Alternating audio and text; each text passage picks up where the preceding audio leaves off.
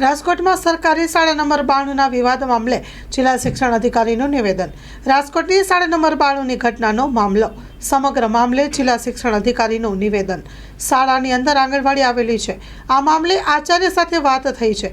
આવી કોઈ ખરેખર ઘટના બની નથી। જે કંઈ બન્યું છે તે અંગે અમે આગળ પણ વાત કરીએ અને યોગ્યતા આપવામાં આવશે। Story report by Sandeep Chavda, Rajkot. ખરેખર શાળા નંબર 92 એ નગર શિક્ષણ સમિતિ હસ્તકની શાળા છે। આંગણવાડી એ કોર્પોરેશનના આઈસીડીએસ ડિપાર્ટમેન્ટ હસ્તકમાં આવે છે।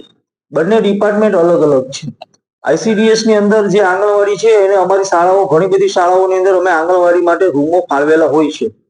હવે આચાર્યશ્રી સાથે મારે જે ચર્ચા થઈ છે આ બાબતે, એમાં ત્યાં જે બાળકની વાત થઈ છે એ બાળકના પેરેન્ટ્સ ત્યાં જ બેઠા હતા અને એમનું એવું કહેવાનું હતું કે આની અંદર એવું બધું કઈ ઘટના એટલી બધી કઈ પેલી નથી કે જેની અંદર આચાર્યએ ખરેખર એક કામ કર્યું હતું કે ભાઈ એ જે સીસીટીવી કેમેરા ફિટ કરાવવાના હતા એ રૂમની અંદર સીસીટીવી કેમેરા ફિટ થતા હતા।